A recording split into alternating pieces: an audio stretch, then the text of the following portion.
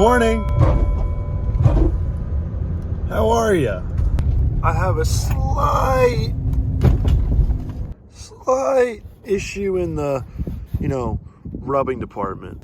So what I plan on doing, since the front is adjustable camber and the rear is a solid beam, and it does not have rubbing issues, which is great because, well, this is a daily. I'm trying to drive this thing across the country. When?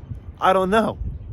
Whenever I feel like it. So my plan for today is to max out the front camber. We're going drift stance. My rear fitment is so much better than the front because the front I had to keep a little high because, well, I wanted to keep my fender liners in here since this is a daily and I have a rubbing issue right here.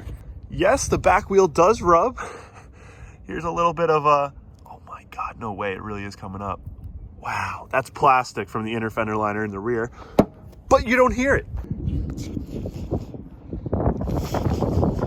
can clearly see just by that little clip, that front fitment is whack.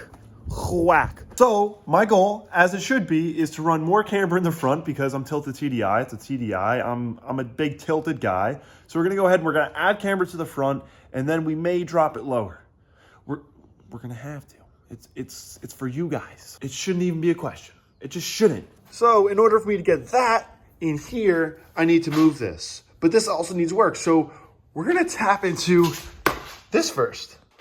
Alexa, turn on lights. Okay. Love that woman. Alexa, make a farting noise. That was a funny one. That was a triumphant one. All right, so we got our coffee. Who drinks black coffee? Let me know in the comments. Now, I have a theory that these actually aren't the right size for what I need, but, we're going to find out together. This is an authentic channel. We hide nothing. Just some things like strip bolts and stuff.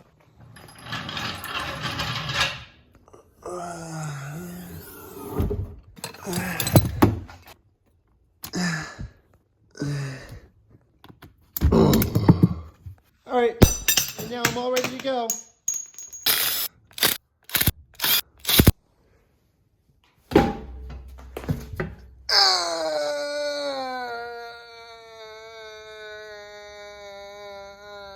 All right, well now it's a great time for me to add a leak to the system. This is the power steering line. This is a vice grip.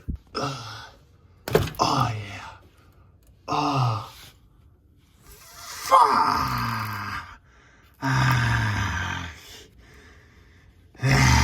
No, please stop. No, please. Oh my God. I got it to stop, guys.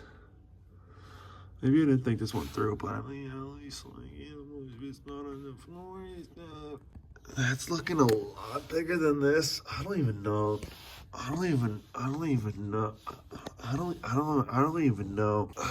Note to the, future generations. Old t-shirts. They're great. Recycle, reuse. Not only do I have one, but now I have two. This should go much better. And that shouldn't happen again. Note that I said shouldn't. What the? Half of my light's out. What the fuck? Oh yeah. Oh yeah. Ooh. Minimal dribble.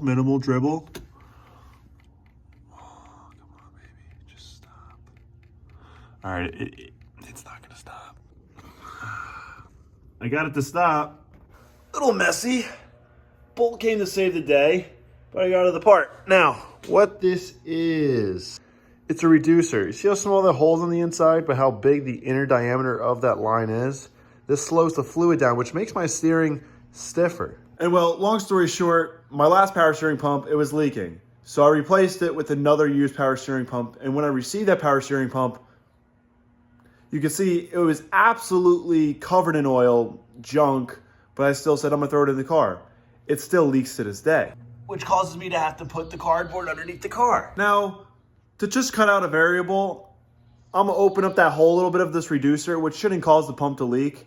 but also from the factory, these cars are belt-driven power steering pumps. So all the mid-90s to early 2000s power steering pump cars that weren't electric power steering pumps like these cars, the power steering pump started to become smart and like electric activated. Like the Supra has the same power steering pump type of issue with this. So when you're basically not even moving, the power steering pump feels like it's doing like 10% of its job. So long story short, a lot of people want to get that race car feel when they're driving at fast speeds or RPM, and they'll put a reducer in there, but they don't account for the low RPM cutout. So you essentially are putting a reducer in there for high RPM, so the steering feels stiff, but when you're not moving, you really have to crank on that wheel. So I'm gonna drill the hole out on this reducer and let the fluid go through there much faster and much more freely, and then hope that, well, my power steering improves, and two, the pump doesn't leak, which this shouldn't cause the pump to leak, the excessive pressure,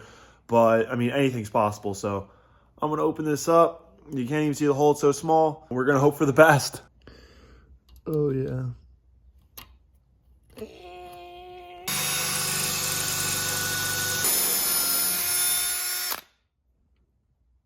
Oh, that's getting much bigger. So I drilled those 2 pilot holes. Watch how fast this one goes down. This is that big bit I originally started with, and I decided I gotta drill pilot holes. So watch this, it literally just sinks in like butter since it really doesn't do it too much.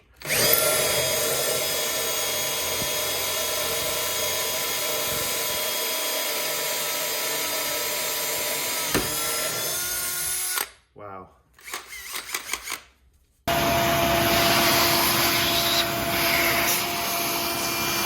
Now that we got the reducer all drilled out to specifications that I would call worthy enough for my liking, we basically drilled this out another bit size higher than you guys had even seen. It's not OEM spec, but it's going to allow the pump to really work and do its kind of like mathematical equations a little bit better than that really small reducer hole. Also, that barb fitting that I had ordered from Amazon, sadly the barb fittings were 1/2 inch. I meant to get, I think I would say this is 1/4 inch. I really don't know. The other one is a 1/2 inch barb, so it just wasn't gonna work out. It was an $8 loss. No big deal. You gotta take, little leaps like that once in a while. So I sucked it up, we drilled it out. But anyway, this is a great reducer. There's a lot of cheap reducers out there, but I really like how this one has the big fat ends. I get the hose clamps really just to sit right on that little ledge, and everything works really well. 0 leaks. So I feel confident. We drilled this out. We're gonna throw it back in, and then we can finally start cranking down the Mark 6 and add some camber. Sweet, perfect. No leaks, everything's good. Nothing to see here. My initial reaction to this new power steering pump line open up.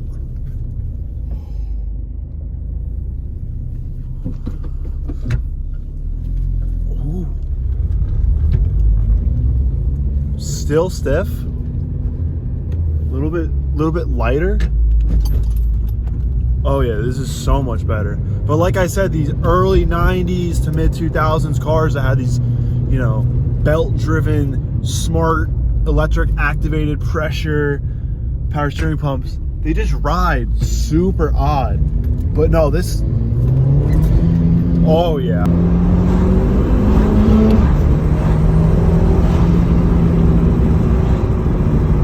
I like this car.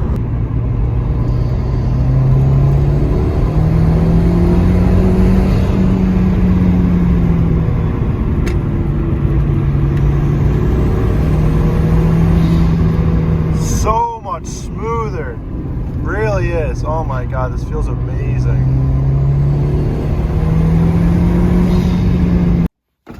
Oh,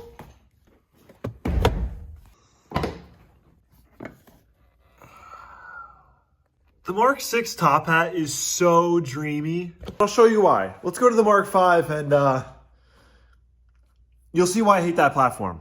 One, the door. I wish I filmed that. It holds gallons of water. I don't know where it comes from. I just open it up and it comes dumping out like a geyser. All right, look at this.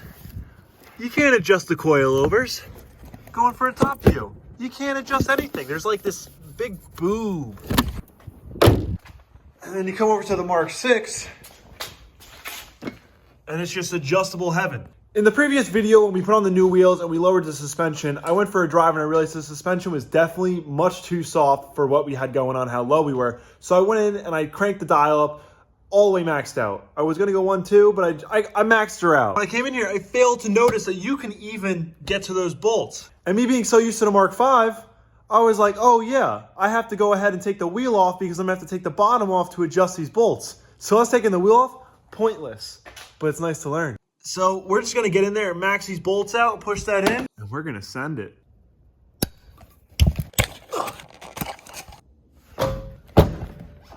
All right, I suspected this. We're gonna have to take that bolt out, and then move that backwards so that these back bolts can become the front bolts essentially, and then this top hat can go all the way in. When she asks, what do those fingers do? And you're like, oh, nothing. We went from there, now we're gonna go there. Don't worry, I didn't forget about the washer.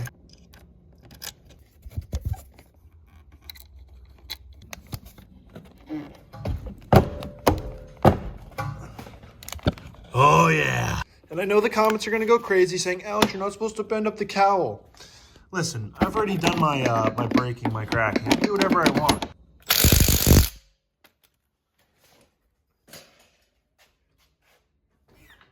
So, as you guys can see, this side is at -2.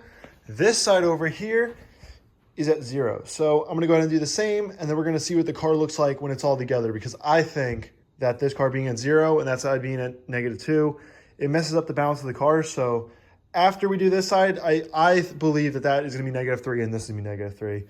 It's just a hunch, which is a blessing for me because I love Camber. So like I said, I think this side's at -3, that side's at 0 right now. So let's go do that side. It's gonna balance the side out and they're both gonna be -3. Fingers crossed. And no more scraping. That's the real goal here. Guys, I'm not gonna jack this side of the car now that I know I can actually access the bolts in the top. And we're just gonna go ahead, loosen those up and kick it from the top, so.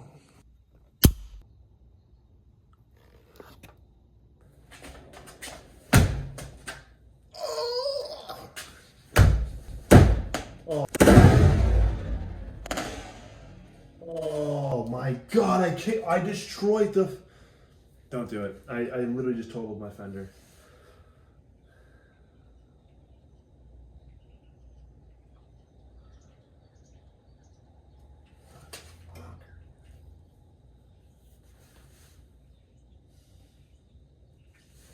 The whole reason I did this was to save.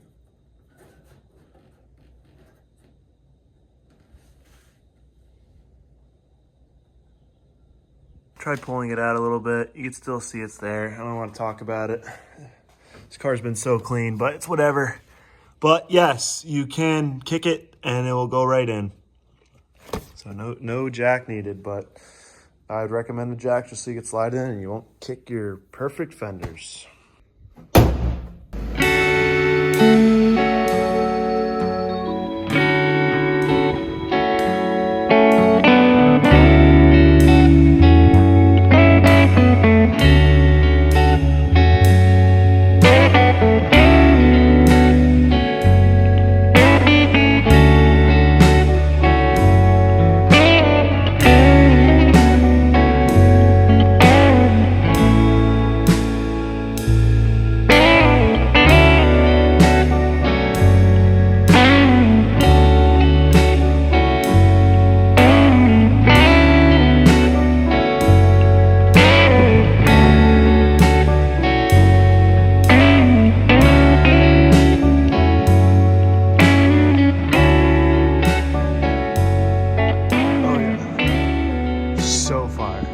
Bumps. No scrape. Alignment.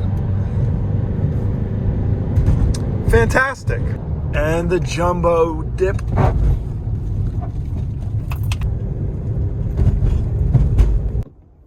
Oh, and just like that, we're back home. Test ride is over. The TT is fixed. The Mark VI is fixed. This car looks absolutely amazing. I'm stoked. I hope you guys are stoked. And I want to get you guys at least one video a week. And if I can get you more, I'll get you more. But for now, I hope you guys enjoyed. I'm loving the Mark VI. You guys are loving the Mark VI. And I hope you guys enjoyed the video. So I'll see you guys in the next one. I got parts and boxes. Let me know in the comments what you guys want to see. Tell me to put those parts in. And remember, your vehicle's unique to you. Don't put you down. And I'll see you guys in the next one. Subscribe if you want. Peace.